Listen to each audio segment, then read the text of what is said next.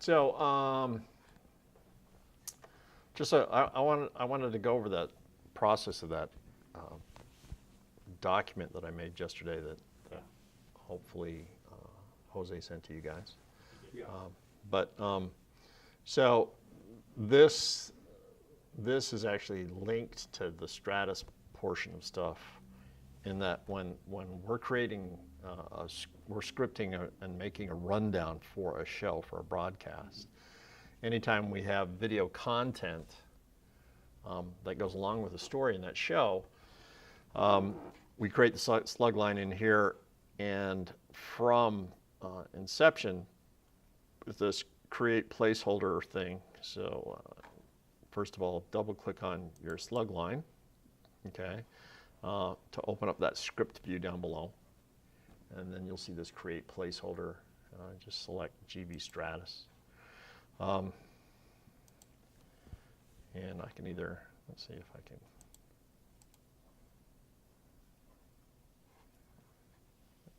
Okay. I'll just call it that.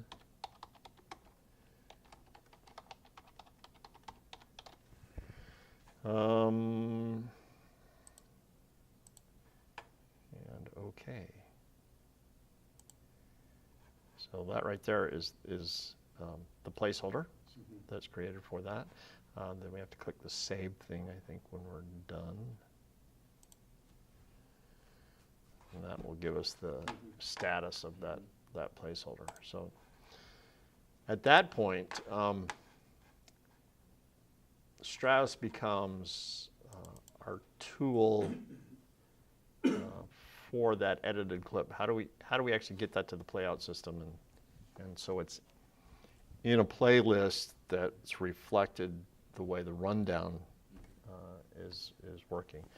And because it's linked to that slug line, anytime they have to rearrange the show, if they move a slug to a different block in the show or something like that, that placeholder is linked to that slug line. So anytime I make changes at inception, the playlist downstairs in the playout system will follow. So it follows that. So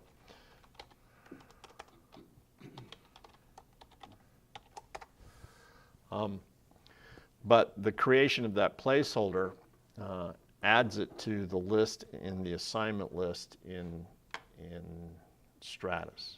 Okay, so as far as Stratus itself is concerned,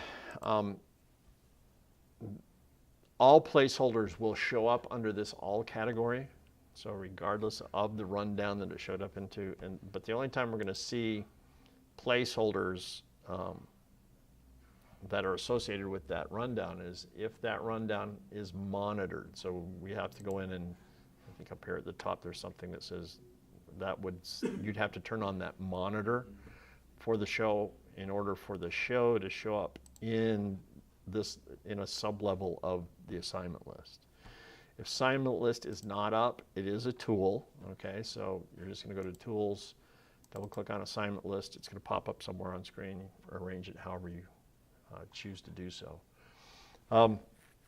So there's the one that I just created, adding a placeholder. Once the project is edited, let's see if we can cheat this one a little bit.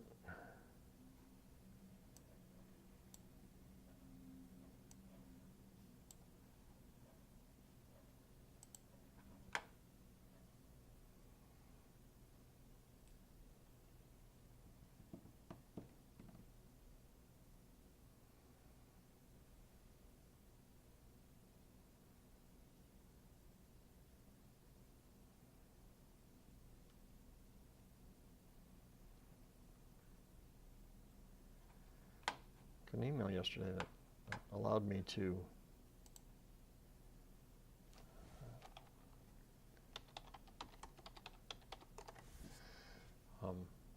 renew 7 more days of my trial version of Adobe Creative Cloud. Just quickly grab this. It's got video clips in it.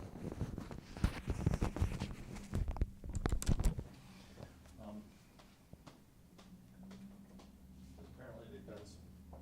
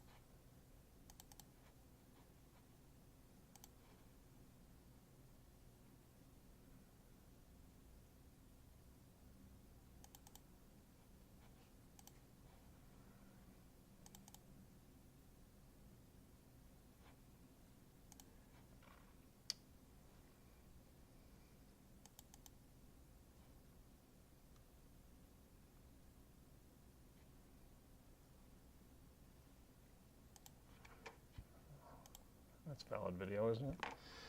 All right, so so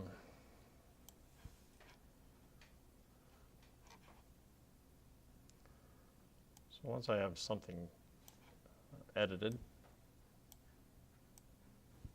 all right, that's something. I now need to associate this edited clip to that placeholder that I just created. So in order to make that happen,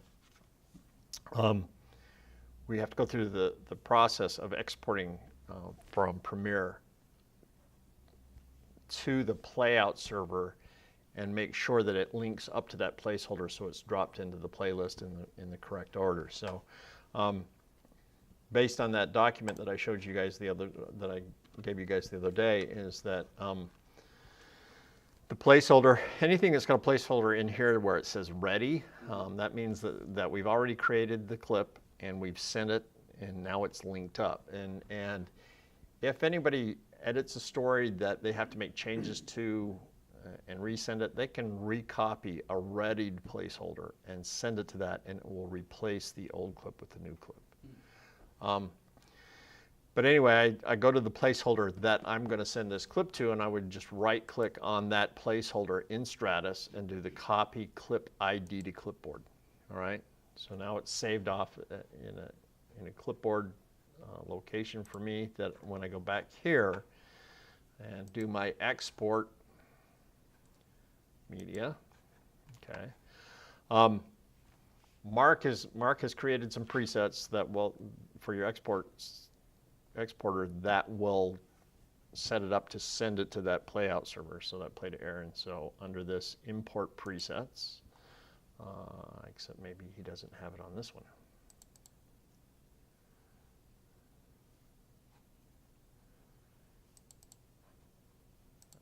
It's not going to be in there.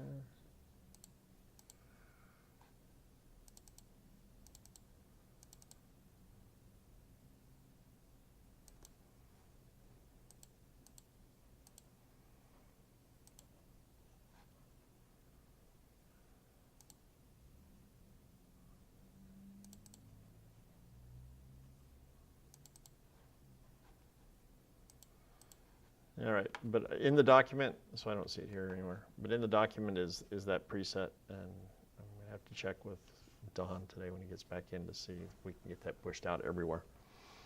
I know it's on some of the systems over there. There would be a preset that opens up that says play to air standalone EPR, so .EPR exporter, which sets up the location and all of the stuff that we want to do. So you want to make sure that the exporter's created that it's now sending the right type of clip into the right location. And then at the output name, we're going to paste that name that we copied from the placeholder. Right, so, and here's why this associates it with that placeholder was created in Inception, is that when you make a placeholder in Inception that ends up going into the assignment list inside of Stratus, every time a new one's created, it gets this BGSU unique ID number that goes along with that placeholder. So this is why we do the copy from Stratus and paste it in Premiere, so that that identity is the same throughout. And as soon as the playout system, the standalone playout system downstairs, sees a new clip in the server, and it sees that the name for that clip is identical to the placeholder, it will now link it up to that placeholder and put it in the right position in the playlist. So now you'll notice that adding a placeholder name is associated with this, and at that point you would just export to the play to air system, or playlist, or playout, or whatever they call it nowadays. All right. That's how your students are going to get their edited stories linked up for your shows. It's going to be with .avi then, is the format? No. Okay, so The it's all like- format is ABC Intra, I believe, and that's why we need that exporter. Oh, because that would change it. I Because gotcha. that sets the right format. It also sets the right FTP location for where the clip is going. Okay, that makes sense. Now, that's how the students are going to do on this. If we step into one of the Mac rooms, let me show you how it works from there, because the Mac rooms are actually all linked up to right. Stratus. So the Mac rooms will work. We can actually take anything that's stored in Stratus and bring it into a project, and we can also take stuff that's edited and send it back out directly from Premiere, because it's got a Stratus plugin. So let's step into one of those rooms.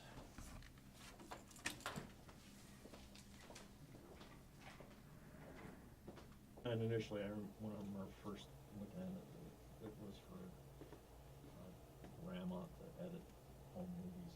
It was a glorified version of iMovie. It really that was. Microsoft had, Yeah. All right, so the first thing we have to do is open up that plug-in that goes between Stratus and Premiere. So up here in the Windows pull-down extensions, you'll see GB Stratus. Oh, yeah. This is kind of like a browser version, so it looks a little bit different.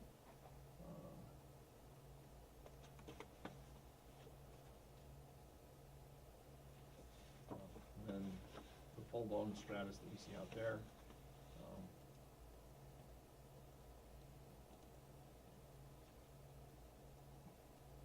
So you'll see in the navigator area is going to look a little bit different than what it looked like in regular Stratus. But you can see the path that we're on right now. Bowling Green State University locations, VGSU server. So that's the SAN. And here are all of our current bins that are sitting out there on Stratus. So under default, I'm going to have a lot of clips. Open that up, double click on it, we'll open here. So here's the stuff that's sitting in my default folder. You can also do searches. So let's say that type of search results in there. So when I'm looking for clips to edit with, so in these 6 rooms, you can if you can get the content on Stratus and content in the SAN, these 6 rooms can actually use it, edit from it, and push the finished product out. So when you find the clip that you want, you just want to put a little check in this box next to the clips that you want to import, and then there's the importer and the exporter for Stratus up here at the top. Oh.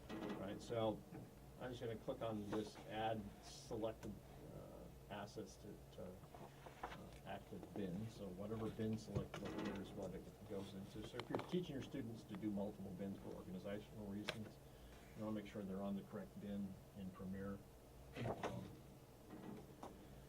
to get that asset over there.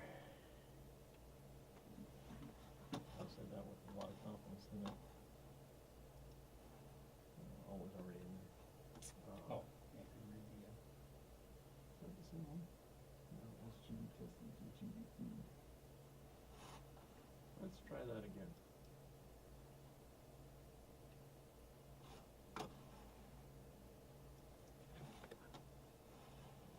Select the bin.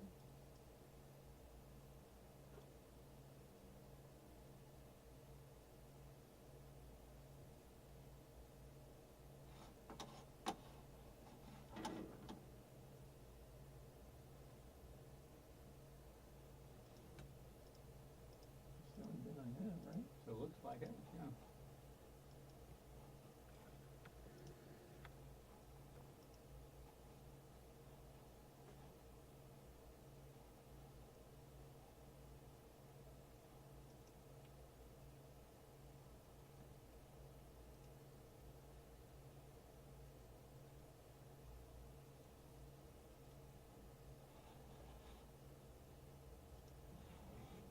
Stop thinking Windows.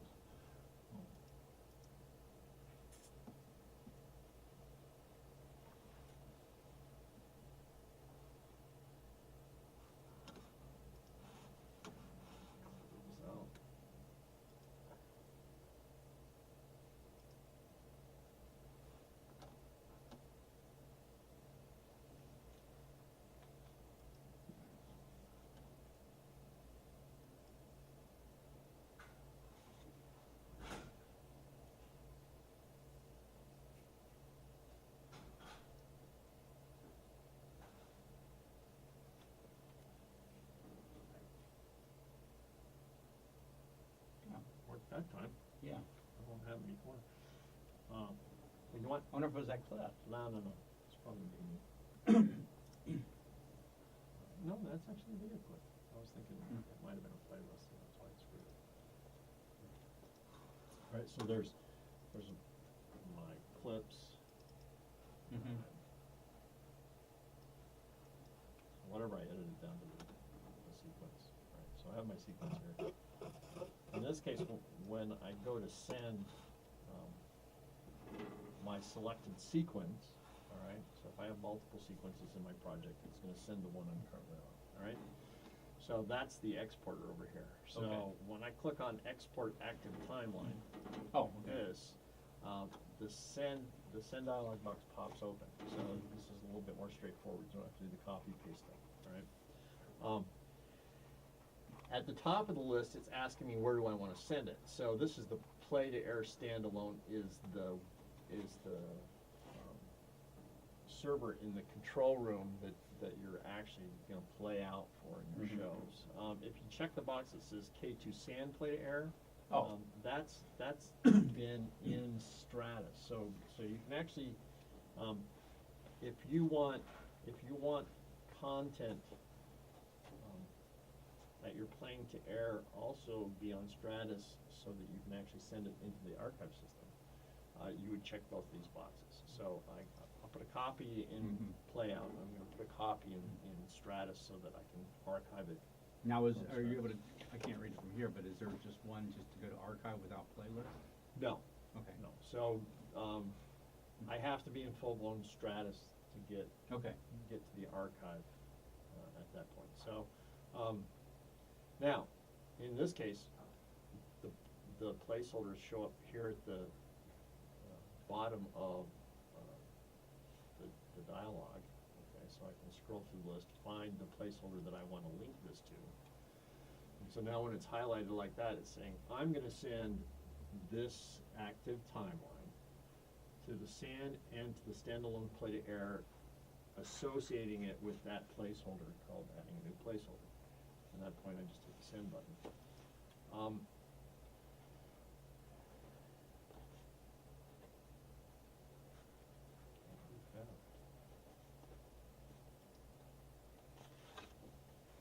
Well, it's a good thing that Don Elliott's showing up today.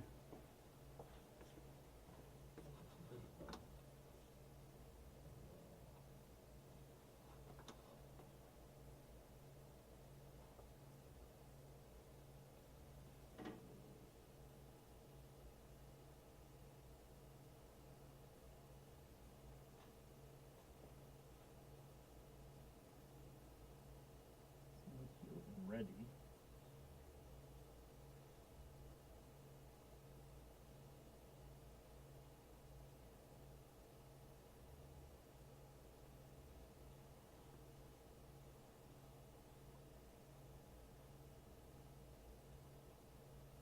Also, if they're working in these 6 rooms, currently your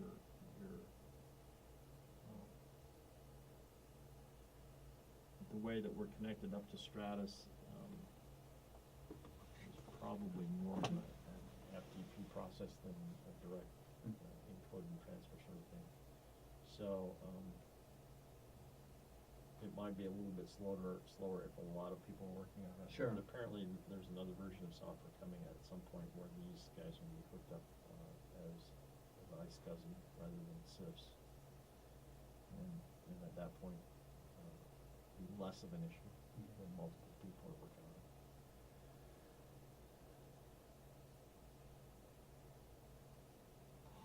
I know you're out there.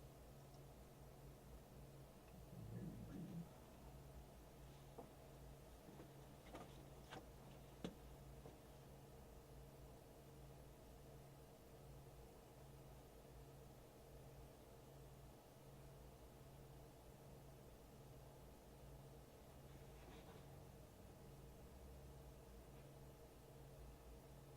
Okay. Well, that's the process, right? And again, I'll have Don look at this and here live.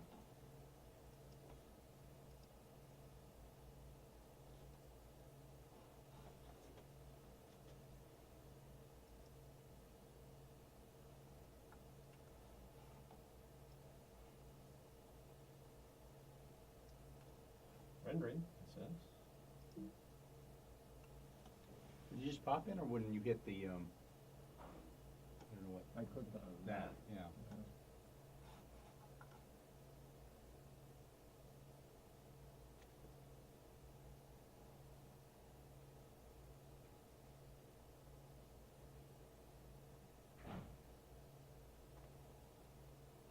There's that preset.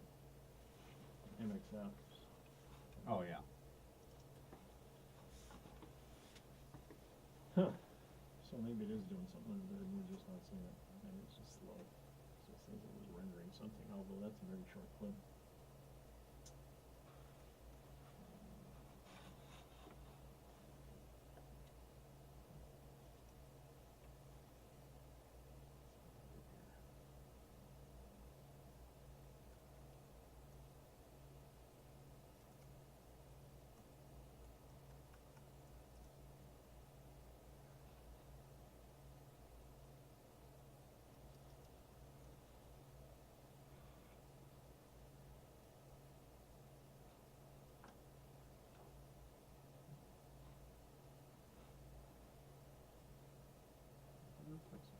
I didn't call it that, did I?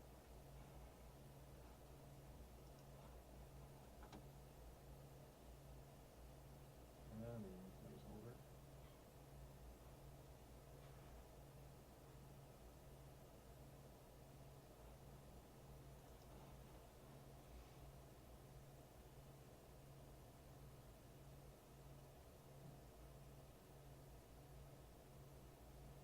Okay. I was thinking that's something going on there. I don't know.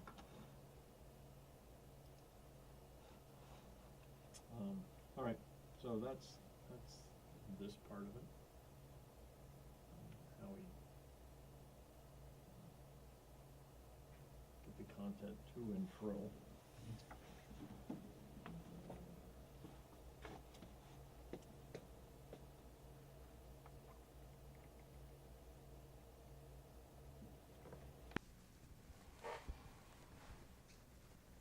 Depending on, yesterday in our meeting, I was discussing additional bins that we can put onto the system. So this plated air bin right here is the one that is that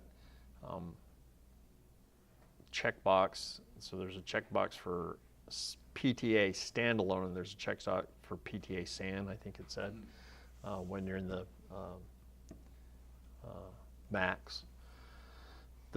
The checkbox for the PTA SAN is this location. So this is where the clips would end up, all right?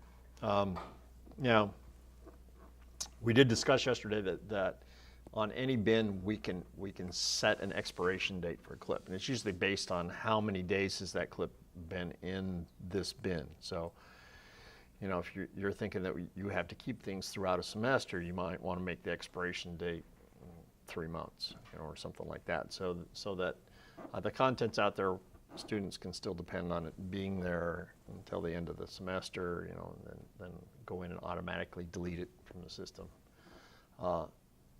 This is also a way for you to get in and access stuff that you want to put to archive. So anything that you want to send into your archive system, you can do directly from any one of these bins in Stratus. My recommended process, I know that sometimes people show this drag and drop thing here where I can drag a clip down like this and drop it on that one of those folders. So I also mentioned that you may want to put a folder structure in on the archive so that you're not looking at a single bin with just a ton of clips in it, all right? So my preference is that we copy it to the archive first, and then once it's copied into the archive, we want to take it off the SAN for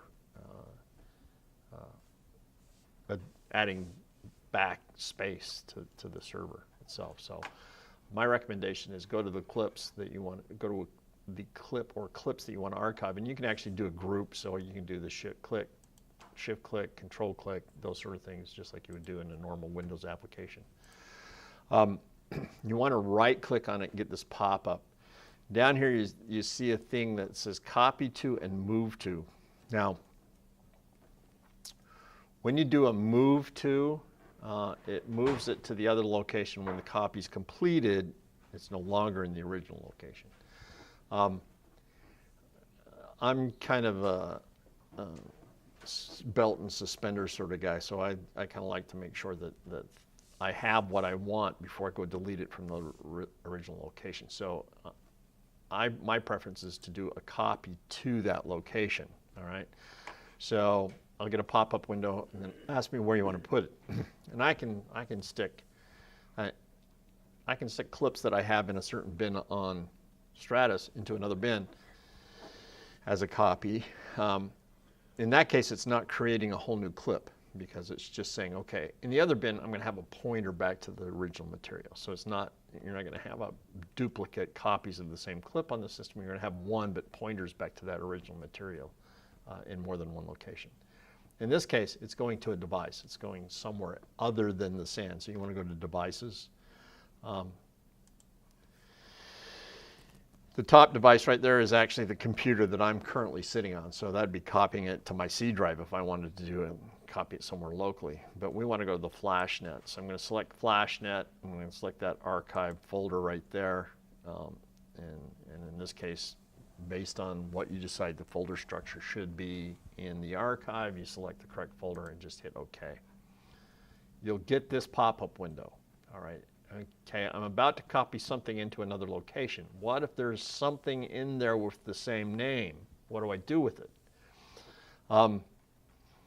Override it or automatically rename it. My recommendation is rename automatically, because what it will do is that based on naming conventions, I mean, if you've got students in here, it's kind of hard to maintain hard and fast rules. For them to say, well, you have to do this, this, and this specifically. So my recommendation is rename automatically. Because if there is something in that location that you're copying this clip to that has the exact same name, it's going to keep the original name, but it'll do an underscore and append a number after it. So it'll say, okay, well, here's such and such and such, _3, because there were two others with that same name in there. All right. And that way, at least once it gets in the archive, we can at that point go in and set some names for it or whatever you want to do it that after that's done. But so you don't have to worry about it blowing out a clip that's in there that you want to keep because some student named it the same as some other student. Do the rename automatically. Okay, so when I'm transferring it to the archive system, underneath the monitors jobs window here, you can actually go in and monitor the asset transfers. So if I open up this, is that the one that what's the one I just said? Okay, Apple _Apple 1. All right, so it's in the process of copying that clip over there, and now I can wait for that process to finish. Who knows how long that'll take. So let's go back to some that are already completed. All right, so clip PTA, let's go find this clip up here.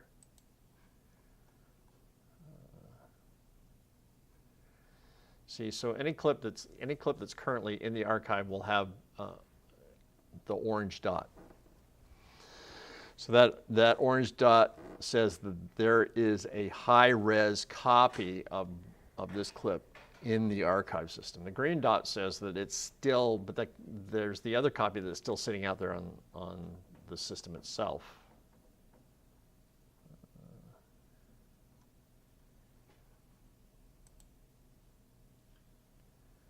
Let's try this.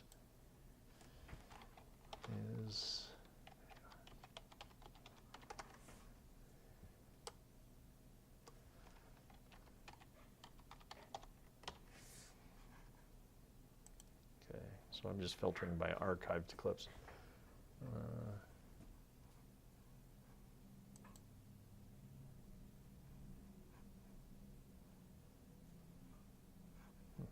don't see that. So once that archive is completed, I should get the orange dot up here that indicates that, yes, there is a copy sitting out there. Okay, it's telling me that there's one in there. I need to get rid of the copy that's sitting out on the sand. And so this is how we keep Stratus cleaned up, yet still have content available to us. Right-click on the clip like this and do a delete, all right? In this case, we still want to have the proxy and we still want to have the archive clip. So this window pops up and says, well, do you want to delete everything? So the stuff on the sand, the stuff in the archive, and this low-res copy, which is the one that we can play back in Stratus.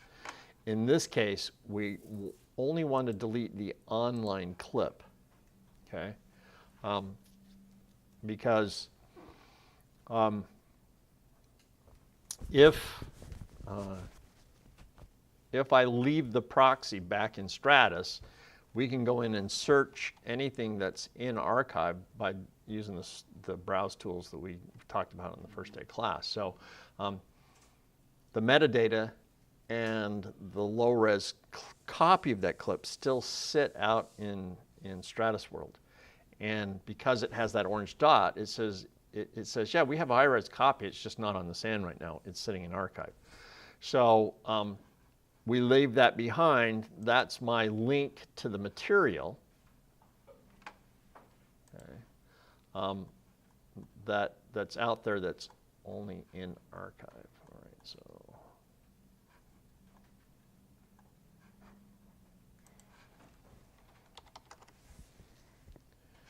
Okay, so here's archived only clips, all right?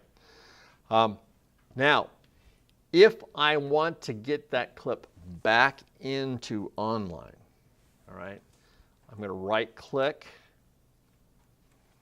and down here where it says Restore Media, and tell it the location I want it in. Let's go to that the default bin. And again, it's going to ask me that. Do you want to keep it or automatically rename it? Whatever. I would always prefer the automatically rename. So now I have two transfers going on in the system. Again, because we're going through FTP servers, these are not going to be rocket fast. Simply because it's, we've got to do file transfer type stuff. But that's how, that's sort of the media management process that you may or may not have to do manually from here. Probably you will do the archive stuff manually just because you'll know what you want in archive and what you want to just remove from the system.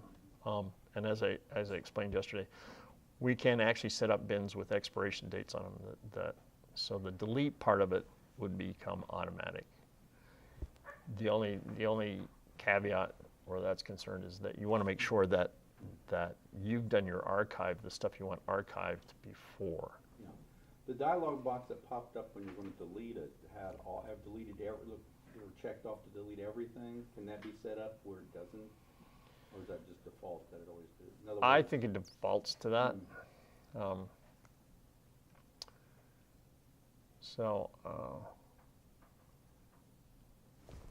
me just go. well, what would happen if you set out? I mean, when you said set the expiration date to delete, are you talking about just delete? How would that work? You can set the rule up to say, again, delete. Oh, so you can set that up then. Okay. Yeah. Although, let me. Yeah, I can't set that to default. That's something else. Although I'm trying to think.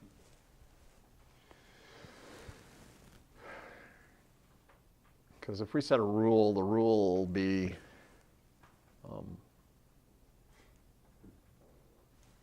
it'll be either just the high res or it'll be everything.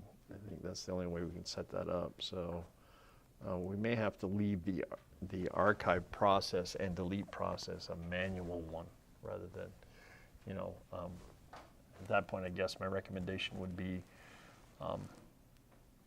keep the stuff in this bin.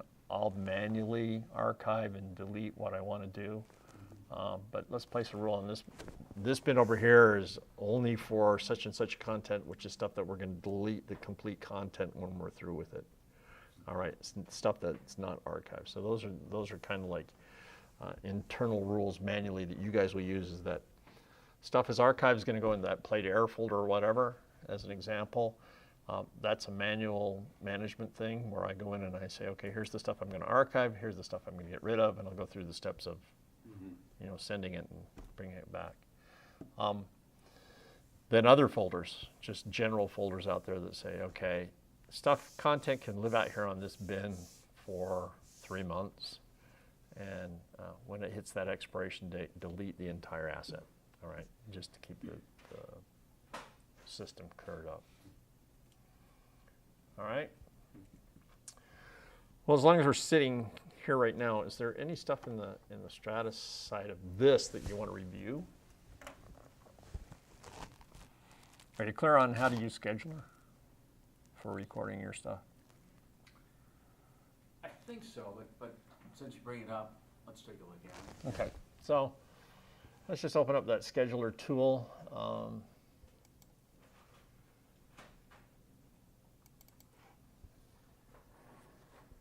And I can do this because I have an elite license. We want to make sure that's one thing that we're going to have to talk about is how are we going to set this up so that when you log into Stratus, you're automatically going to grab an elite license. And maybe we'll put you guys in a media management role that says, if there's an elite available, give it to me.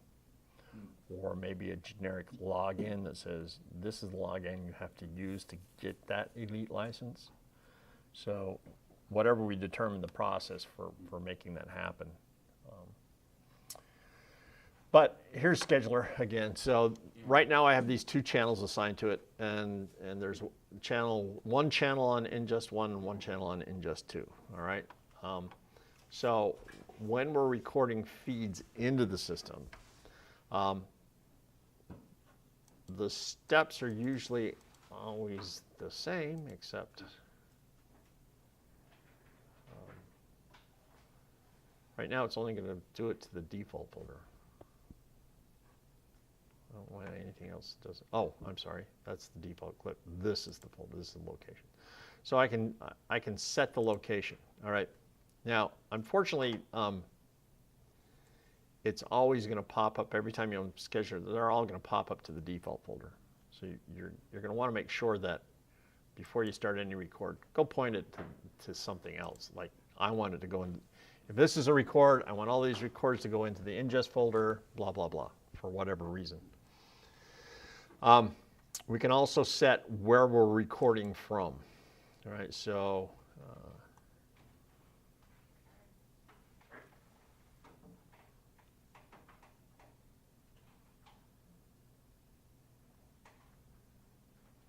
See PCR in here anywhere on the router, so I guess we have to set up some of the router locations anyway. So I'm going to set bars as my source. All right. Now, once a record is started or initiated, the one thing you can't change while it's recording is where the clip is being recorded to on the bin. You know. If you do record it into the default bin instead of the ingest bin or whatever you choose as far as locations where you, so you may even want to have one called student news or something like that. You might have a bin on there that all of the stuff you're recording downstairs goes into that. That's just a matter of creating the bin and telling it that that's one of the locations we put it. If you do accidentally start a record and it's going into default, when the record finishes, I can go back to that asset list, right-click, move to, and put it in the correct bin. But you do have to wait till the record is finished, yeah, because an actively growing clip can't be moved until it's done. Right?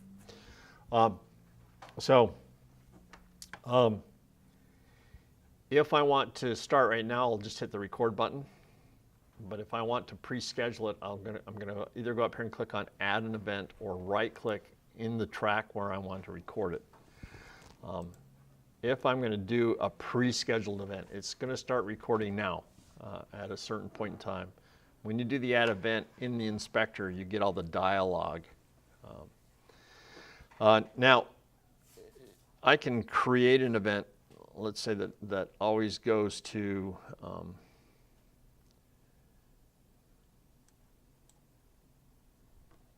we'll just call it,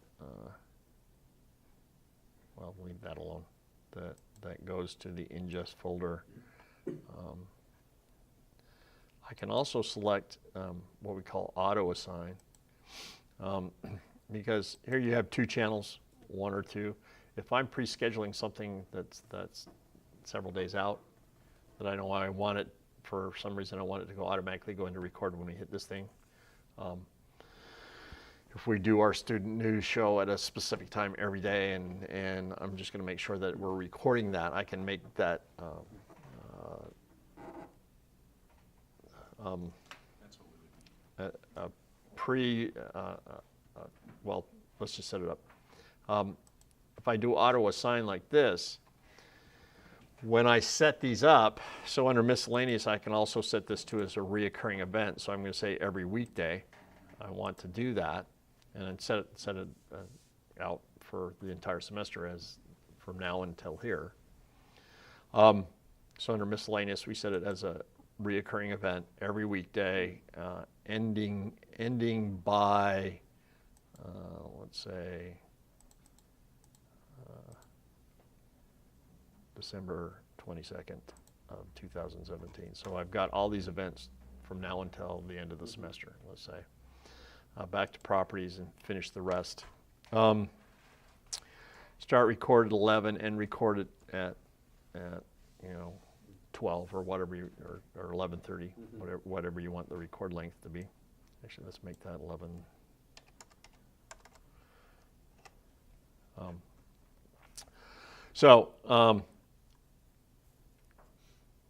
There's how I would set it up. There's this checkbox here for backup record would allow you to record it on more than 1 channel at a time, but record it in 2 different locations or whatever. Not often would I ever want to do that because I'm using up resources that I could use for other things. There are, I mean, some places where I've gone in to do training in older systems, they'll do a backup record, but one of them's on a high def channel, one of them's on a standard def channel because they need a copy of both. So that's why there's that backup checkbox. The record now checkbox just simply means when I hit this add button at the bottom, that it will start recording as soon as I've added the event to the system. And as I mentioned the other day, don't click on the open-ended because you do have to babysit it at that point. You have to manually go in and stop the event. Otherwise, it will record forever. So now I'm going to go in here and I'm going to just click the add. There's my events popped in here. So at 11 o'clock, it would start recording that for a half hour. If this is,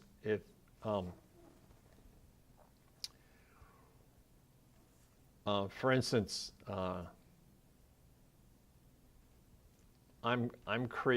I have certain events that are always going to be recorded from the same router source, and they're always going to be recorded into the same bin. I can create what's called a template. So if I create a template,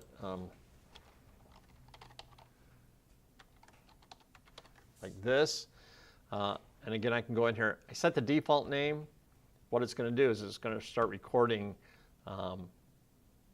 using that default name with an underscore and a new number for each additional event. So it always adds that it always appends a number at the end if the events are the same. Set the router source, auto assign channels. So that being the case, I want it to go into the ingest folder.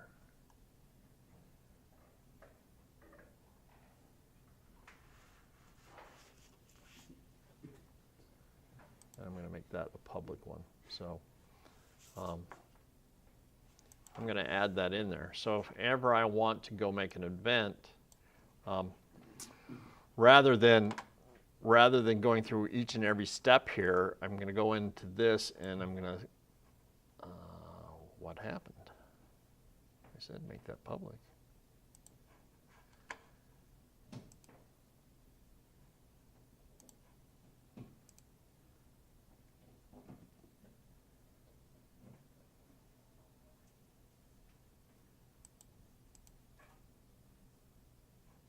Save as template.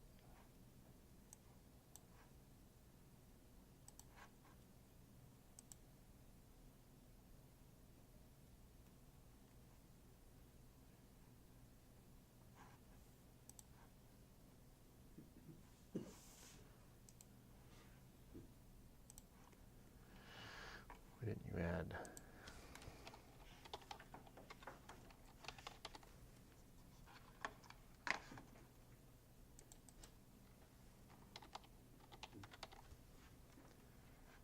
Our source is this.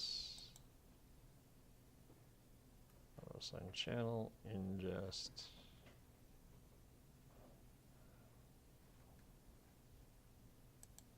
Public. Add.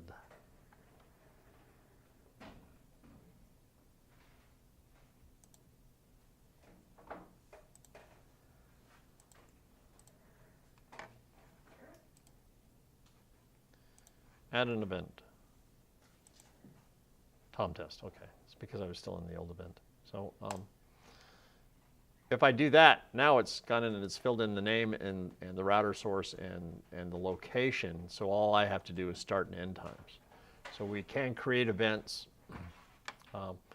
Do that, you just go to an existing event, right click on it and do add, save as a template.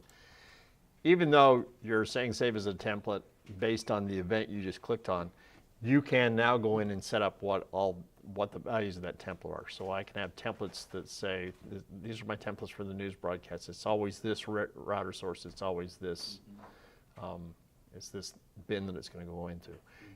And anything otherwise, you know, you do additional bins in the system, we'll add those to the list in scheduler and create templates so that it's always using the correct router source, always using the correct location for saving things. Right now, if I'm going to get rid of an event, if the event is already recorded, I can delete it off the timeline, but the clip that was associated to that is still in Stratus. So it only deletes the event from the timeline. It doesn't delete the actual video clip that was associated with this. Now, right now, I see this kind of bluish colored box is just to show me that it's scheduled to happen, has not happened yet. When it goes into record, that event will turn red. Okay, just prior to record, you'll see it turn yellow, but only for less than a minute. So for several seconds, it'll be yellow, saying that this event's about to start recording. It'll turn red when it's recorded. It will be a bright green if it recorded without errors or issues. If it turns purple, that means that it recorded with errors. And at that point, don't assume that the clip is bad. Go review the clip to see if you actually got the content. Something minor may have failed as part of the process. It may not have switched the router quickly enough or something like that. It's going to know that there was some sort of issue as part of the clip. Check the clip, because it could still be a valid clip even though it says it recorded with errors. So I'm going to right click that. I'm going to delete this event based on the fact that this is a reoccurring event. And I know that by that little circle arrows at the top. It will ask me if I just want to delete the one event or I want to delete all of the ones in the series. So in this case, I want to get rid of all of them so we're not recording junk out there in the future. All right, so that's how you guys will set stuff up for. And if you, like you said, I mean, that's something you can pre-schedule, and now you've got it out there. You don't have to worry about it. It's taking care of business. We do want to make sure that we have the right router source for the PCR, because I'm assuming you're going to program out of the switchers what you want to record. So. All right, so that's the scheduler. Anything else that? We were talking about, we might have had to wait on this, but we were talking about being able to put, again, video in Stratus that students could access for a project. And that's something we're going to discuss with Don Okay. today. That's what I thought. Yeah. How we're going to get it in here, and how we're going to, based on the fact that we don't have RMI on your system, there's going to have to be some other process that's going to get it into Stratus. Even in the event we go into one of the Mac rooms and drag all the clips down onto a sequence and send that sequence to a location in Stratus so that it's there, right? And then on the other end of it, we need to, at that point, on any one of these PCs, be able to get to the contents that we just put in there. So that's something we're going to talk over with Don today. All right? Anything else in here that you're concerned about? I think those are most of the functions we'll be using. Okay. We're okay. Do you guys want to go down and take another look at the playout system? Yeah, downstairs? Yeah. Yeah. Yeah, let's go down to the control room and do that so that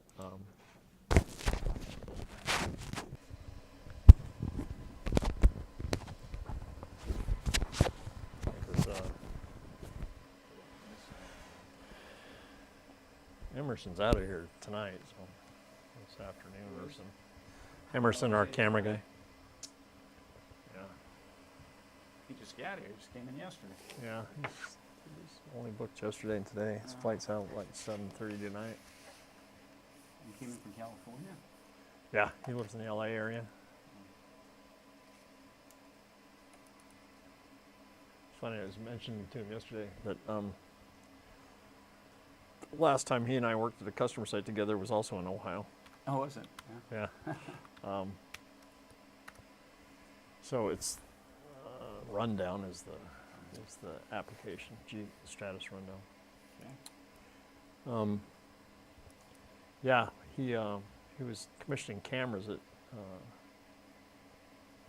Cleveland Cavaliers while I was doing their switcher training. Oh, okay.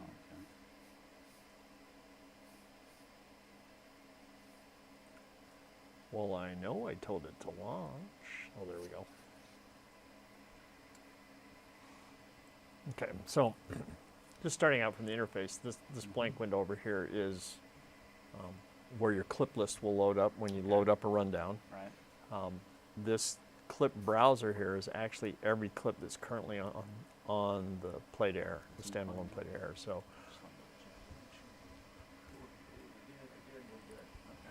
all right, so anytime you see the little red box like that, that means that there's a placeholder created. So that's that adding placeholder thing that I made today. Yeah. There's a placeholder created, they just haven't sent the clip yet. And you also have, this is not ready status more or less. You also have times that if things are still being edited and you've loaded up the rundown, you'll see not ready placeholders until they're actually finished and sent. Okay. In application of this, as long as I have a rundown loaded up and I'm waiting on clips to be sent, that once they're sent, they will be loaded in the proper order when they come in. So even if a clip after the one that's not ready has been loaded into the channel, as long as we haven't played clips after it, it's still, all the clips above it are unplayed at this point. If the new one comes in, it'll eject the clip that's been loaded up afterwards and load the new clip that just came in into place. So it kind of babysits itself where that's concerned. Now, I can create my own playlist just by grabbing anything from the browser and pulling it in here like this. So you can make Oh, a you manual can? Oh, playlist okay, and okay. create manual playlists from everything in the browser. Okay. Now I'm gonna. So I have this playlist in here, and if I go in here, I can actually save it. Save a playlist. Mm-hmm. So that I can do pre-prototype stuff with playlists, save them off, and just load them up after. And you end up just like saving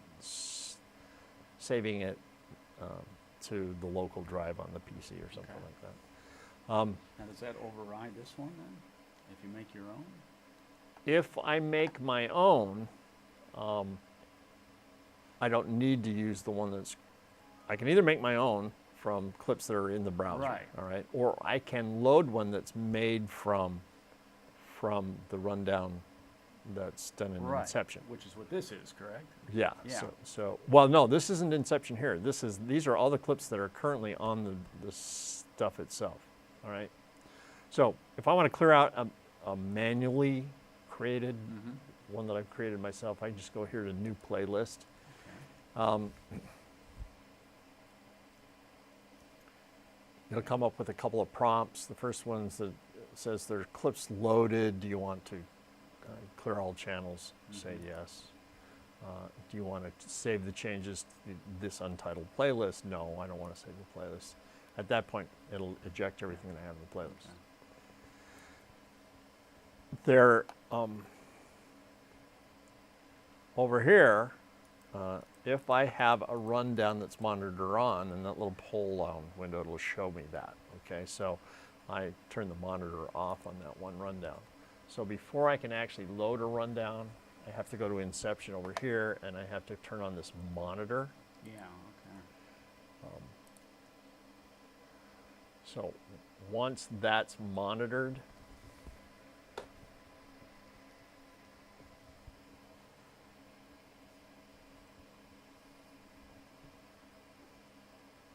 Mm-hmm. then over here in the rundown on the pull down, it would show up in there. All right, Okay. so you have to make sure it's done that first. So I'll select the rundown I want, and then I click on this, and that will open it up, load all the clips into my playlist. There it is, in Right. the order that they're put Right. into the rundown, Right. okay. So, and like I said, if we rearrange stories, so if I took this politician spinning and I moved it Mhm. farther down the list Mhm. because it wasn't ready yet, so I'm Mhm. going to move it into a different block, Mm-hmm. do that from Inception. Okay, All right. okay. Because if I just grab a clip like this and pull it to some other place in the Right. list, first of all, it's going to give me a warning Mm-hmm. that if I do this, then I can no longer make the changes at Inception. I would have to manually start working from the list. So Okay, you okay. always want to, if you're running from a list that's from Inception, Okay. you always want to make sure that you use Inception Mhm. to do the rearranging. So I'm going to click on yes, and the reason I'm going to do that is because I have now disconnected from Inception. It's all in my hands. It's no longer being run by over here. And Okay. this little icon up here is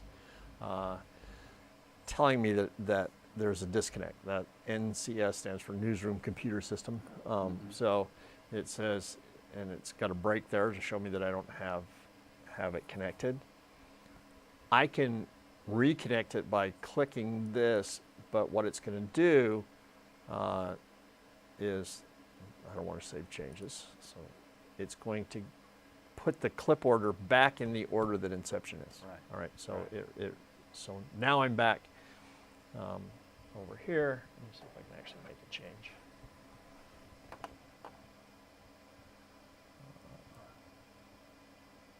So politician spinning.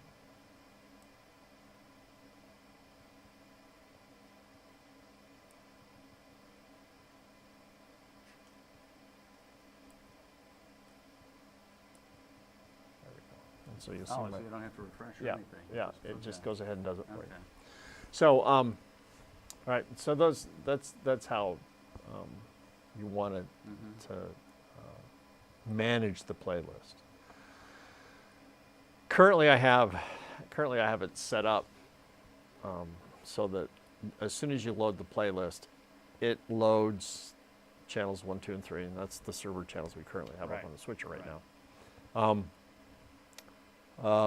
So I've left channel 4 out of the rundown, or the rundown rotation. So, and it's in a what we call a soft load mode. So, what it's going to do is it's going to load the available channels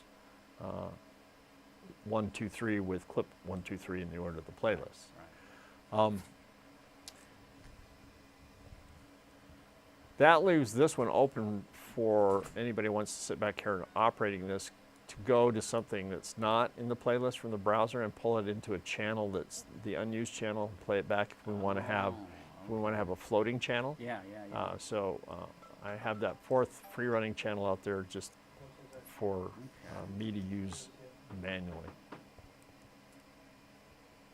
So really, it's another way to float a story, is what it is. I mean, aside from Well, having to make the change in the section. Exactly. If this is floated Mm-hmm. and it comes in, and I floated it out of the rundown, I'm just going to take this out of my playlist. Right. It comes in later, and we decide we have time to play it to air. Even if we don't unfloat it at inception, I can still go to it over here in the list and drag it into that 4th player if I Okay. want to play it back. Okay. So we have that option to do that. To eject any click, you have to Yeah. right click and Okay. do that Okay. to get it out of the play out. Right. Now, just to unmic here for a second, just to quickly Yeah. show you how we can, from the switcher, Mhm. let the switcher kind of do some of the work for us.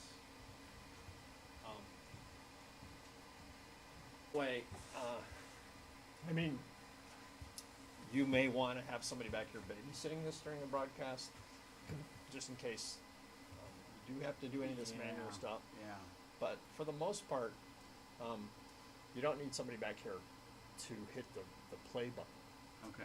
Right. Right. Um, Right. But Just to monitor.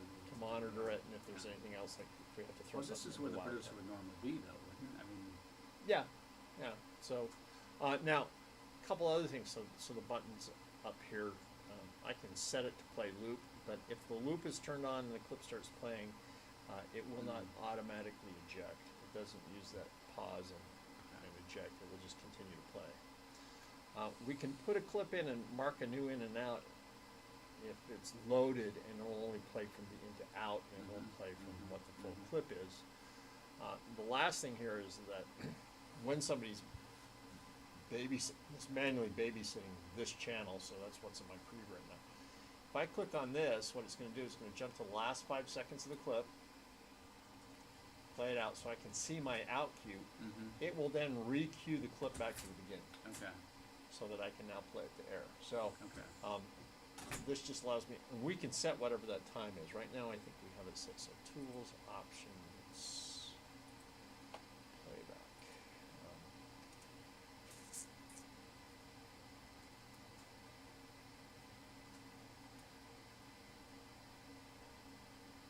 So out cue preview, right now it's playing the last 5 seconds of the clip, so we can That's change the, fine. yeah, Yeah, change it's- that to yeah, it's whatever we want it to be. But also here, you notice this turned yellow and red as it was playing back, that end piece. That's what we call the end blips. Just a warning while you're playing back a clip. That's telling me I have 5 seconds before the clip ejects, and that's telling me I have 3. All right. There is still another second or two that it sits in there in a freeze frame before it pops out. Yeah. That's also, you can set that to whatever you want that to be. Stop cue delay, 3 seconds, I think. Okay, so stop cue delay is how long it sits in there before it ejects and pops in the next clip. So that we have a 3-second freeze frame. Now, as long as students are mindful of how much they edit onto a clip. I mean, we always want to have a little bit of extra at the head for pre-roll, a little bit extra at the end, so that if the read goes a little slow for like a VO or something like that, we don't run out of clip before they stop reading the script. But again, you also have the warning here, so to let you know you're getting close. And I that point. Red is 3 and yellow is 5, right?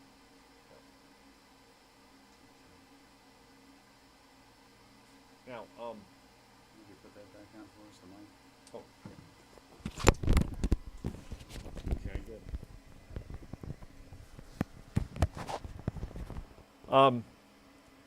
just over here, the rest of the things under this rundown window, that you can actually,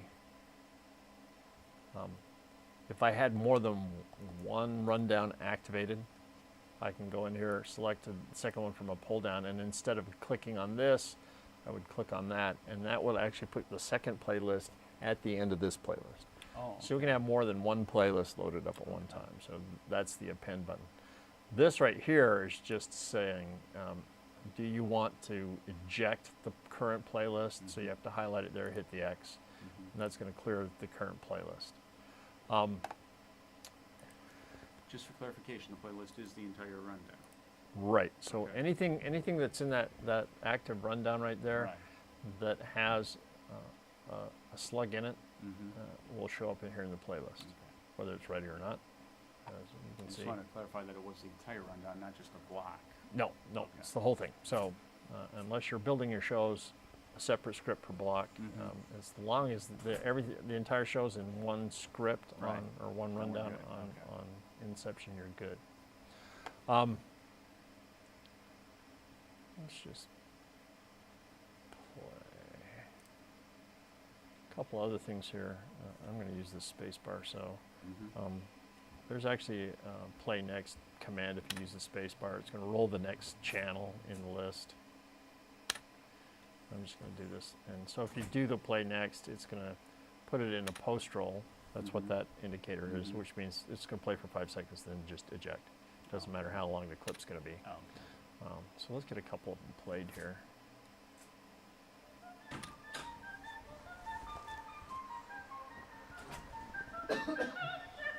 Just a second, this is our. Hey, Don. It's going well.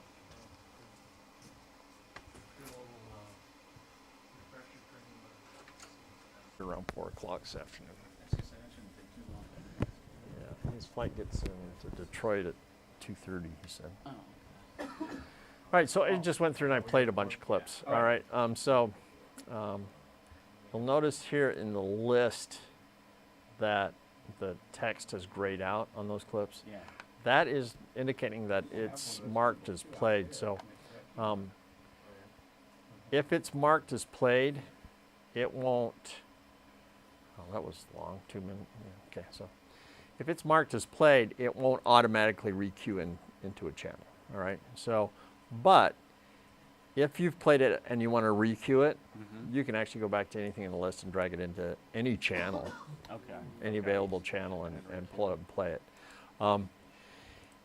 Based on what channel it played out of, you can also come down here and you can queue previous clip.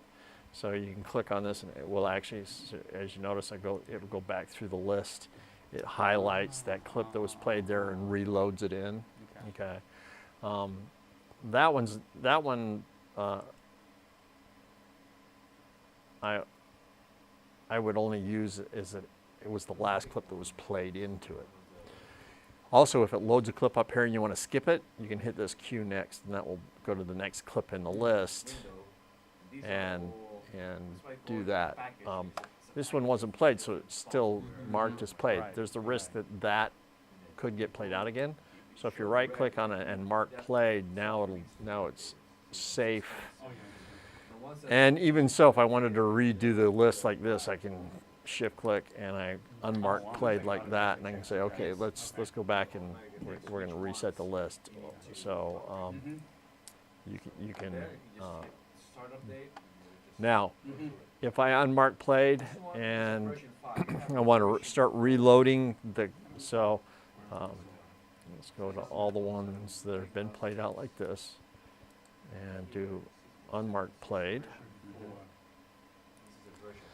If I go back to that top one on the list like this, I can do a queue and it will cue that clip into channels 1, 2, and 3, and I can start playing back from that part of the list again. All right, so again, it will start playing from the head to the tail.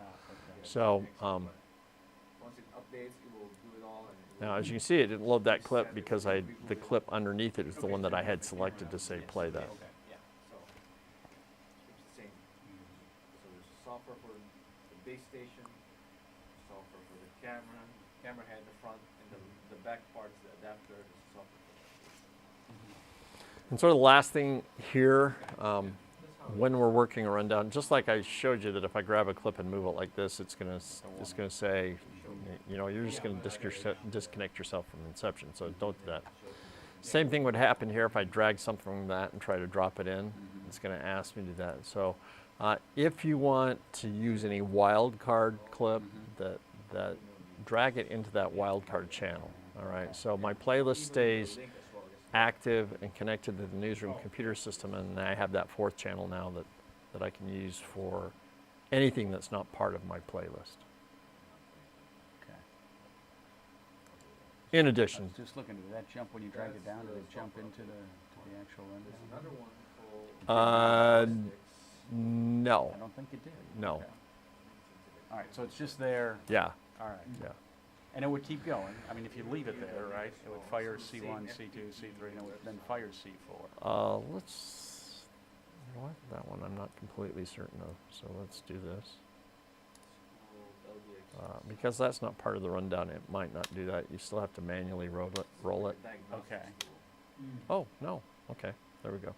So if you are gonna play it next, Yeah. it has to be, the one in channel 3 has to be playing it currently when you roll that one next. Okay. Okay. But any other way, you would have to, you'd have to manually Manually start it. start it up. Okay.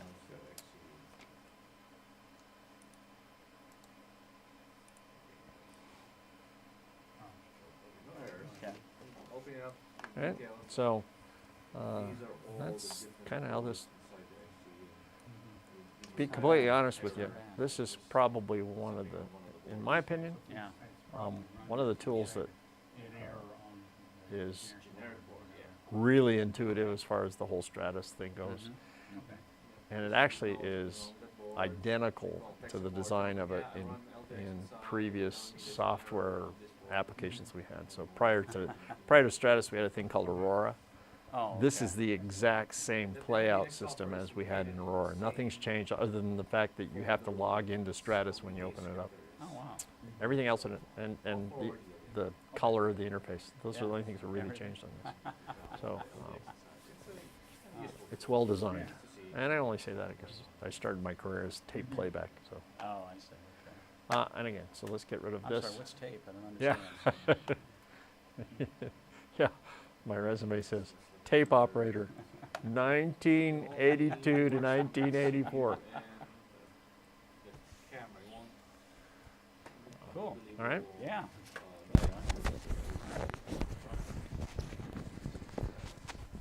I think you're gonna like that.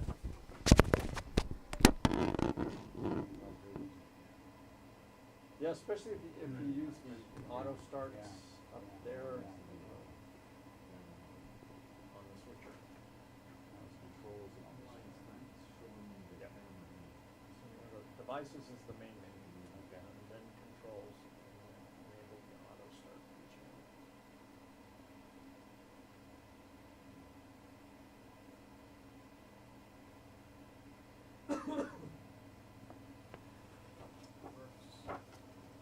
You said you have a gig leader.